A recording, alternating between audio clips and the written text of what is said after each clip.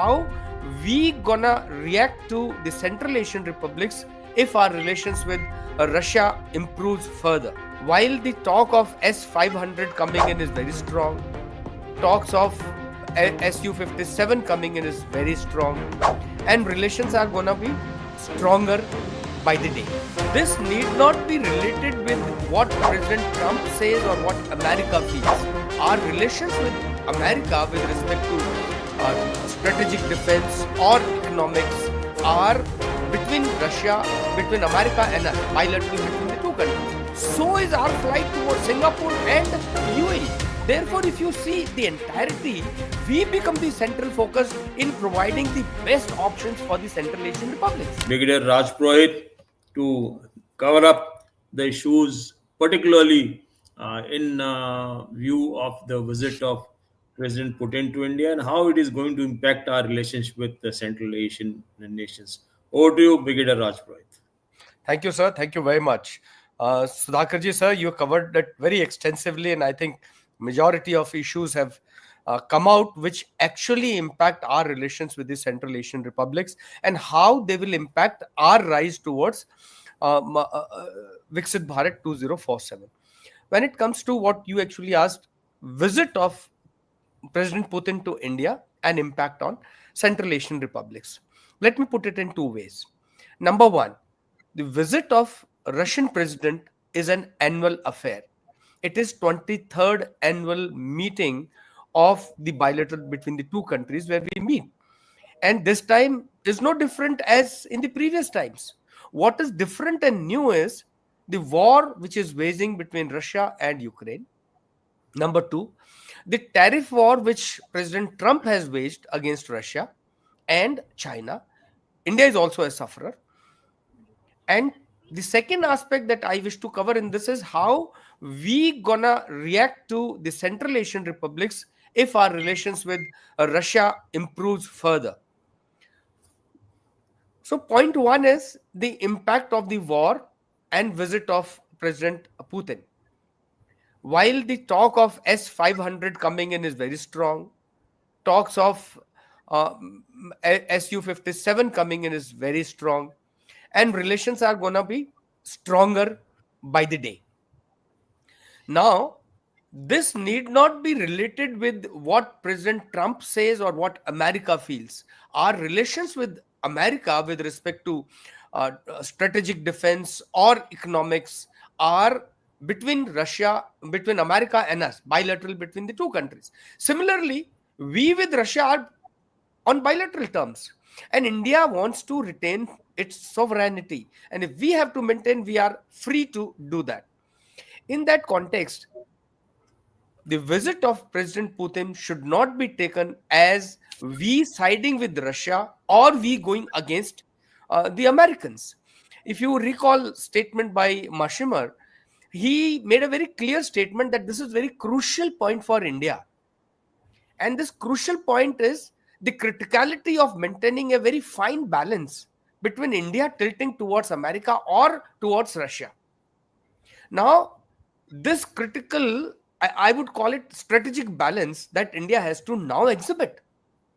And once that is maintained, I think the rise of India with respect to multipolarity existing in the world would find suitable place for India in the Committee of Nations. And therefore, the Russian and Indian relations are going to go stronger. That is one, I think it's a foregone conclusion with everyone. Russia's got adequate influence in the Central Asian republics. The trade relations are equally strong. The impact is still there. The language spoken is still the same. However, the population, religion-wise, is different. And therefore, the game comes into play with respect to Uyghurs in China, with respect to Muslims in Pakistan, Afghanistan, and the groups and what Jal Sudhakarji explained in terms of terrorism. Now, when it comes to India and Central Asian republics, remember, these all are 5 independent countries, and India and these countries are free to foster their relations the way both the sides want. And since our relations with Russia are going to be stronger, our relations with the Central Asian republics are improving. So I find a similarity or a simile in a parallel relations. The way we grow with the Russia, our relations with the Central Asian republics would also go stronger.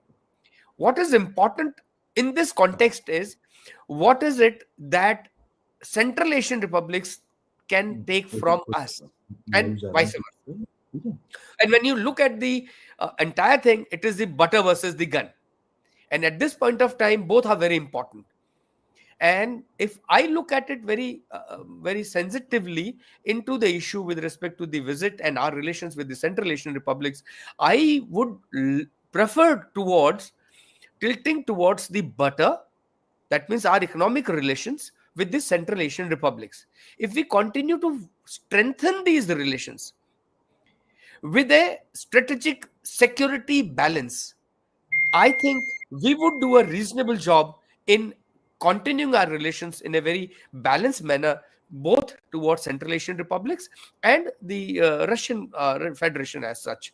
With respect to America, we follow an independent policy altogether, and none of them are impinging on each other's arena, and therefore they're all parallel plays that are going around, be it defensive, be it energy, be it diplomacy, or the economy at play. And in conclusion, I would say that if we have to understand that the visit of Russian president is good for India, we also need to understand that all these five countries which are very strongly landlocked, and the third I would like to include, though not part of Central Asian republics, is Mongolia. And all of them need a port. The closest ports available are Bandar Abbas and Chabar ports in Iran. The second closest is Mumbai. And remember, the flight from, say, Uzbekistan to Chennai is barely 3 hours. So is our flight towards Singapore and UAE. Therefore, if you see the entirety, we become the central focus in providing the best options for the Central Asian republics.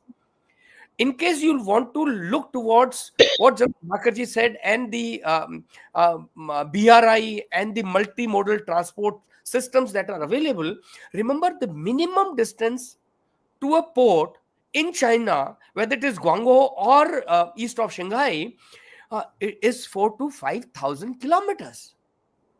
See the disparity. And therefore, if we are able to maintain good relations with Iran, Afghanistan, we have our own system in place, we have good relations with Central Asian republics. Imagine we can secure the energy requirement, natural gas requirement for next 3 centuries for India. Uranium, which is another impactful aspect, which is available with Uzbekistan, we can have it for, say, next almost 15 years of it. The challenge now is in increasing the diplomatic efforts, increasing people to people connection. We barely have 5 to 700 students of any of these countries studying in our country, and we do not have more than 5 to 8,000 Indian diaspora in any of these countries. And as compared to America, if you see, we have more than 2 lakh Indians out there. It is only 1% of trade that we are doing with the UAE with respect to Central Asian republics. So, and therefore, this minimalistic trade has to improve drastically. People to people relations have to improve tremendously. And with a security balance, we can improve our relations in a tremendous way, and it does not impinge our relations with the Russia or America. And therefore, even if we convey the aspect of, say, SCO, where Russia, China are also part of it, some of these Central Asian republics are part of it, and therefore, if the entire conglomerate works towards a common goal, we can look towards 2035, 2040, and ultimately 2047, where we have very strong presence in Central Asian republics, and India rises to a great status that we want to. And therefore, a very balanced and I think a very balanced and a thoughtful rise in the entirety. Another difference that I would like to mention before the time is over is the type of government. See, majority of the Central Asian countries are presidential form, and two of them are highly autocratic presidential form. We have a democracy which is open, liberal.